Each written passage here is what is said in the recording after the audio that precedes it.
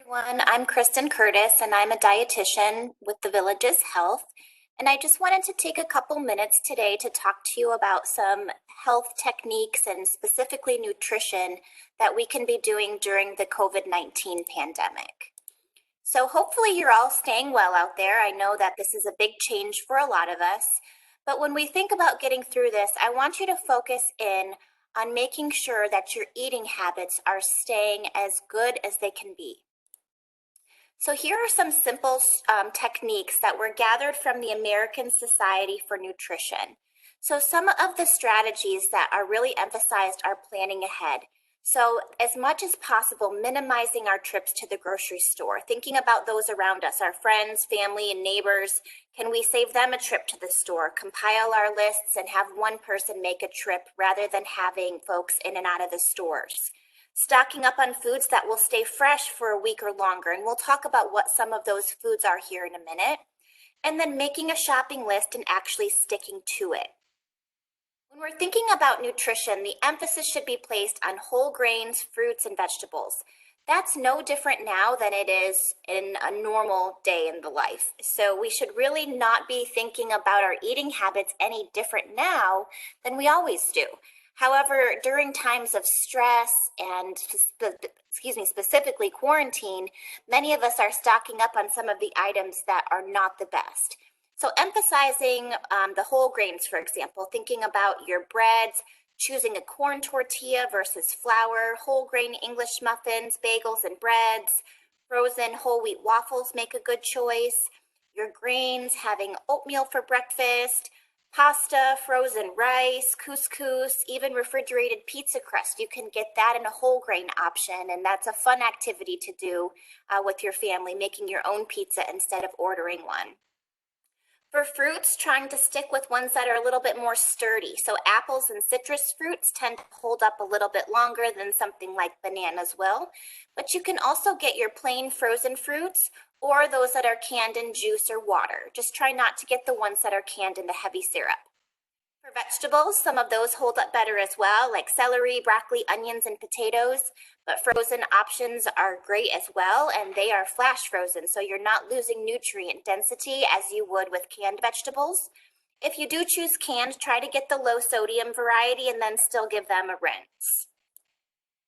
So making better choices in the aisles, stocking up on things like tomato sauce and salsa versus the creamy, higher fat sauces. Using soups and broths, we can use leftovers here to make soups that will freeze well. Our milk, we should be going towards a low-fat variety, 2% or less. Eggs have a good shelf life. We can get them fresh, and also the egg whites in cartons. Cheese, just like your milk products, should be the reduced fat variety. Beans and legumes make a great shelf-stable option and are a good plant-based protein full of fiber and B vitamins.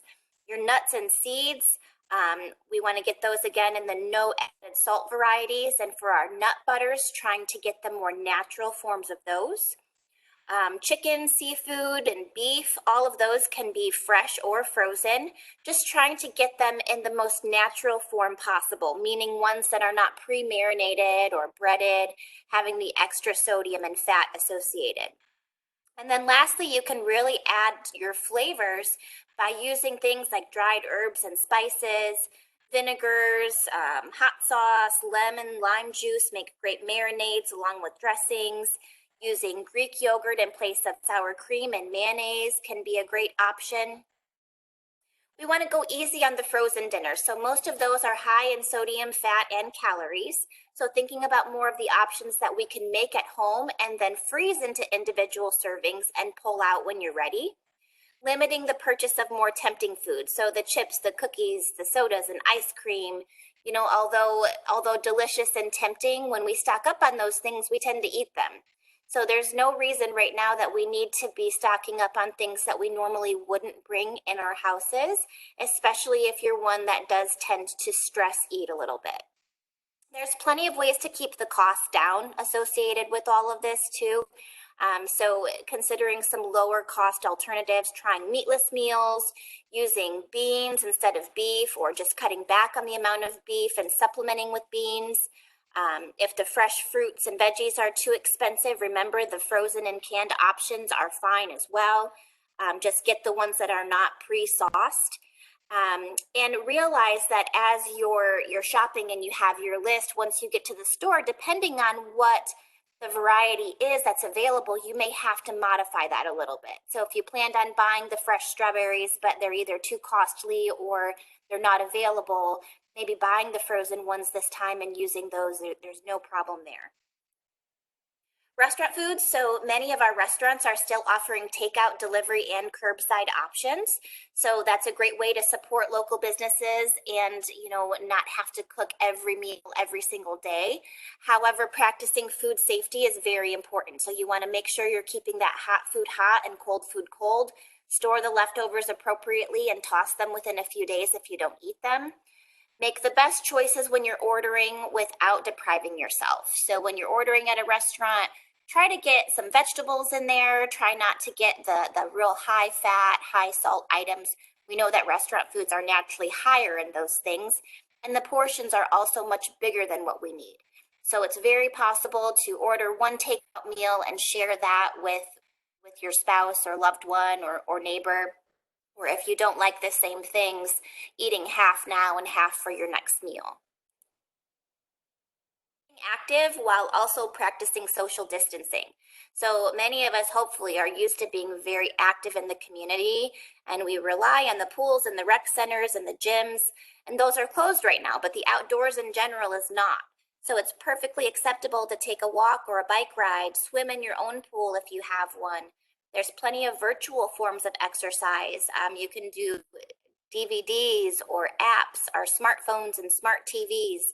There's plenty of ways that you can be active in your home and outdoors, but we do recommend that you not exercise in groups at this time, keeping that social distancing recommendation of at least 6 feet between you. Staying positive, so sounds pretty simple, but in times like this, it is pretty easy to get a little bit more stressed out. So practicing those stress management strategies, whether it be taking a walk, listening to music, meditation, reading a book, soaking in the bathtub, whatever it is that helps you to relieve stress without reducing your physical activity and or turning to food. We want to manage boredom. Again, that's a time when many of us tend to overeat or make the wrong food choices when we're bored. So try to stick with your routine as much as you can. Wake up at the same time each day, go to bed at the same time each day, try to have your meals and snacks routine as you normally would. That helps you to keep your choices more on point and navigate less toward that stress eating and make sure your exercise is still included. And then lastly, of course, we want to limit things like alcohol and the less nutritious food choices. So not that you can't have any of those comfort foods, but just really trying to get the most sound forms of nutrition that you can during this time. So I hope you're all staying well out there and practicing the social distancing that is recommended. If you have any questions, we are here for you. You can reach me directly. My email is Kristen, KRISTEN .Curtis, CURTIS @thevillageshealth.com. Thanks for tuning in.